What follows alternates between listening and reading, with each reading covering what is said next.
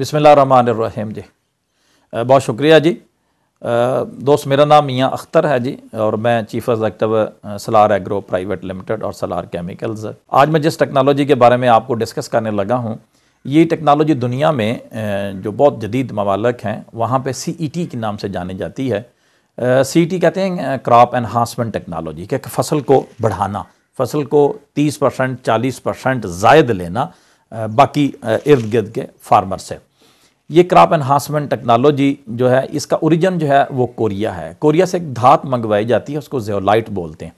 ज़ियोलाइट्स को 1300 degree centigrade पे पिघलाया जाता है और उसके बाद उसको ठंडा करने के बाद उसमें अमाइनो सल्फाइड्स का रिएक्शन करवाया जाता है। सबसे पहला रिएक्शन यही होता है और उसके बाद फिर 4 रिएक्शंस मज़ीद करवाए जाते हैं। ये टेक्नोलॉजी दुनिया में इसलिए इंट्रोड्यूस हुई क्योंकि फ़ूड की बहुत बड़ी दुनिया में किल्लत का सामना है और साइंटिस्ट इसके ऊपर, तमाम साइंटिस्ट हैं, ख़ास तौर पे कोरिया के और पाकिस्तान के साइंटिस्ट, मैंने जैसे भी कंसल्ट किया उसमें पाकिस्तान एटॉमिक एनर्जी के एक साइंटिस्ट हैं, वो भी मेरे कंसल्टेंट आज भी हैं, वो रहे भी हैं। उसमें डॉक्टर इरफान साहब हैं, डॉक्टर जावेद इकबाल साहब हैं और भी कुछ डॉक्टर्स हैं।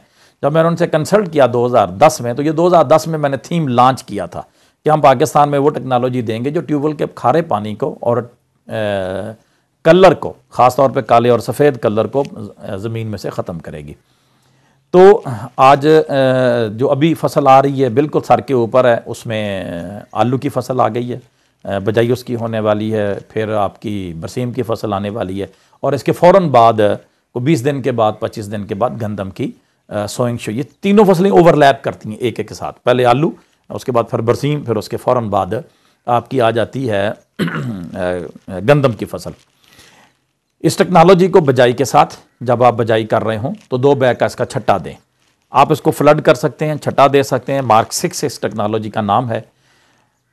बजाई के साथ करें, बजाई के फ़ौरन बाद करें, बजाई के 10 दिन बाद करें, जब तक छट्टा दिया जा सकता आप इसका छट्टा दें। बहुत बेहतर है कि आप इसको बजाई से पहले इस्तेमाल कर दें ताकि 6 प्रोसेस मुकम्मल हो सकें फसल के आने से पहले, बेबी डालने से पहले, कि सीड डालने से पहले। क्या कि अगर ज़मीन में कलर है तो वो ख़त्म हो सके, अगर ज़मीन में काला कलर और सफ़ेद कलर है वो ख़त्म हो सके, पानी का pH ज़्यादा है तो वो ख़त्म हो सके, अगर ज़मीन में कार्बोनेट बाइकार्बोनेट्स हैं, खा वो ज़मीन में हैं खा वो पानी में हैं, वो ख़त्म हो सके और उसके बाद चिल्लेशन का प्रोसेस मुकम्मल हो सके ताकि जब सीड आए तो उसको चिल्लेशन का प्रोसेस उसके लिए उस वक्त एग्जिस्ट करता हो, ताकि उसको पूरी फर्टिलाइज़र जो है तमाम न्यूट्रेंट के साथ वो 16 के 16 न्यूट्रेंट जो हैं वो पौधे के लिए, छोटे पौधे के लिए अवेलेबल, क्योंकि छोटा पौधा स्ट्रेस में से ना जाए, वो स्ट्रेस में से निकले।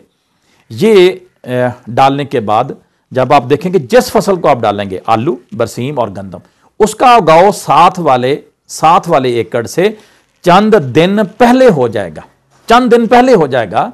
ये सबसे बड़ा, सबसे पहला इसका कह लें कि इसकी निशानी है, इसके ओरिजिनल होने की, इसकी ताकत की, कि जिसमें डालते हैं आप मार्क्सिस के 2 बैग, उसकी बजाई साथ वाले एकड़ से पहले होती है।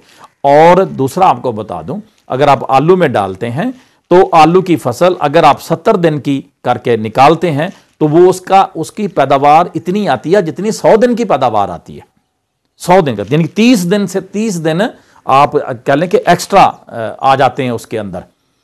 70 दिन की फसल पैदावार इतनी होगी जितना काश्तकार 100 दिन की फसल को करके लेता है। इसी तरह बरसीम में गाला आता है तो गाले का बहुत बड़ा इलाज है ये। गंदम में वही, जैसे आप 2 बैग डालेंगे तो मार्क 6 के, तो होगा ये कि ये गंदम का उगाव पहले होगा, गंदम का सिट्टा आधे इंच से लेकर 1 इंच जायद होगा। और यही आलू है। यही तमाम फार्मर कहते हैं कि हमारे यहाँ इस वक्त जो है वो 30% 40% जायद पैदावार आ रही है। इसीलिए इसका नाम मार्क 6 रखा गया है कि ये 6 चीज़ों को एड्रेस करती है। मैं दोबारा रिपीट करता हूँ, सबसे पहले कलर को, काले कलर को, फिर सफ़ेद कलर को, और उसके बाद कार्बोनेट बाइकार्बोनेट वो एलिमेंट्स हैं जिससे ज़मीन कंपैक्ट होती है। जैसे कलशुदा कपड़ा होता है ऐसे कंपैक्ट होती है, उसको तोड़ना होता है, ख़त्म करना होता है। फिर ये pH का बहुत बड़ा इलाज है, पानी का बहुत बड़ा इलाज है पानी का, ये कि पानी की आप pH को जितना रिड्यूस करना चाहें आप कम कर सकते हैं। और उसके बाद ये चिल्लेशन का प्रोसेस है कि पौधे के लिए फर्टिलाइज़र और माइक्रो 16 के 16 माइक्रो न्यूट्रेंट कि 13 अल्लाह पाक ने हमारे ज़ुम्मे लगाए हुए हैं, वो हम डालते हैं। उसमें DAP, यूरिया और पोटाश से लेकर जिंक और बोरान तक, और 13 अल्लाह पाक ने वैसे रखे हुए हैं, वो अल्लाह के अपने हाथ में, जिसमें हाइड्रोजन है, ऑक्सीजन है और कार्बन डाइऑक्साइड गैस है, वो अल्लाह ने अपने हाथ में 16 के 16 एलिमेंट की जो अब्जॉर्प्शन है पौधे के लिए उसको बहुत ईज आउट कर देता है।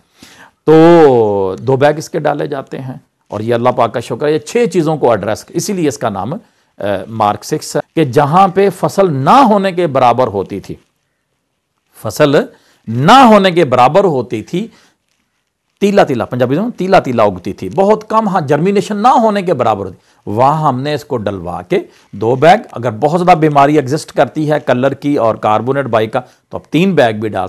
सिंध में ऑलमोस्ट लोग 3 से 4 बैग डालते हैं।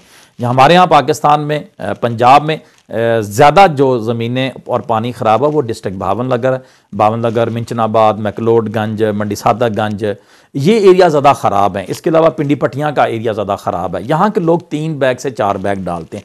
बाकी पूरे पंजाब में वो जो है वो 2 बैग क्वाइट सफिशेंट है। बजाई से पहले कोशिश करें, बजाई से पहले डालें।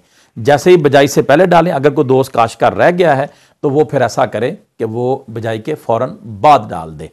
जब तक छटा दिया जा सकता है छटा दी। इसकी फ्लड करने का तरीका बड़ा आसान है कि आप 2 बैग खोलें, ये 2 बैग होते हैं, एक बैग अंदर एक बाहर, ऊपर वाले बैग को निकाल दें, दोनों बैग जो हैं वो आप हौदी में, ट्यूबवेल की हौदी में रख दें और ऊपर से ट्यूबवेल चला दें, ये उसमें डिज़ोल्व होके फ्लड हो जाएगा। या दूसरा तरीका इसको नक्के के अंदर रख दें। तीसरा बहुत आसान तरीका ये है कि आप उसको छटा दे दें। किसी भी फसल की बजाई के वक्त आप उसको छटा दे सकते हैं। आलू का फील्ड आप तैयार कर रहे हैं, छटा दें, छटा देने के बाद खीले निकालें और उसके बाद उसकी आलू को लगा दें। आलू साथ वाले एकड़ से बहुत चंद दिन पहले वहां जर्मिनेट, वहां की जब तक किसी की जर्मिनेशन नहीं हो रही होगी आपके अपने रकबे की, जबकि वहां जिसमें आपने डाला होगा वहां पे जर्मिनेशन हो रही होगी। और जर्मिनेट जब पहले जर्मिनेशन होगी, इन्हीं दिनों को कैलकुलेट किया जाता है। जब 70 दिन की फसल होती है तो वो साथ वाले एकड़ के 100 दिन की फसल के बराबर उसकी प्रोडक्शन आ रही है। आलू चमकदार होता है, हाँ जी, राइजोकोटोनिया उसके ऊपर नहीं आती, ब्लैक लेग जो डिजीज है वो ना होने के बराबर आ रही होती है। इंशाल्लाह इस साल हम जो स्कैब है उसको एड्रेस करने के लिए वो प्रोडक्ट देंगे, वो हम इस्तेमाल करवाएंगे जब क्रॉप 70 दिन की हो जाएगी। जिन लोगों ने 120 या 130 दिन का आलू करके निकालना है, तो स्कैब की फसल के लिए हम 70 दिन की जब फसल होगी तब बैग वो बैग देंगे स्कैब को कंट्रोल करने के लिए मार्क 6 का। अल्लाह का शुक्र है, ये एक्सक्लूसिव टेक्नोलॉजी इन पाकिस्तान है कि CET, इसको IPO इंटेलेक्चुअल प्रॉपर्टी ऑर्गेनाइजेशन ने इसको पाकिस्तान में रजिस्टर्ड किया और मेरे नाम से इसको पेटेंट भी किया। जी, यूरिया के साथ मिला के आप इसको छट्टा दे सकते हैं, DAP के साथ मिला के आप इसको छट्टा दे सकते हैं, पोटाश के साथ मिला के आप इसको छट्टा दे सकते हैं। अगर फसल बड़ी हो जाए तो तब छट्टा नहीं दिया जा सकता। देन फिर फ्लड करते हैं, वो फ्लड भी बिल्कुल ऐसा ही है कि आप किसी भी खाद के साथ मिला के फ्लड कर सकते हैं। हाँ, यूरिया के साथ फ्लड करना इसलिए मुश्किल हो जाता है कि यूरिया डालने से पानी ठंडा बहुत है। यूरिया को अलग हल करें और इसको अलग हल करें, देन इसको फ्लड कर दें। इसका बेहतरीन तरीका फ्लड करने का है कि यूरिया को हल करें ड्रम में और इसको नक्के के ऊपर रख दें, और तो ये पानी जो है ना वो इसके बैग को लग के जाए तो ये 2 घंटों में, 2.5 घंटों में ये हल हो जाता है। किसी भी फर्टिलाइज़र के साथ आप इसको मिला के कर सकते हैं। जी, बहुत शुक्रिया जी, जज़ाकल्लाह जी।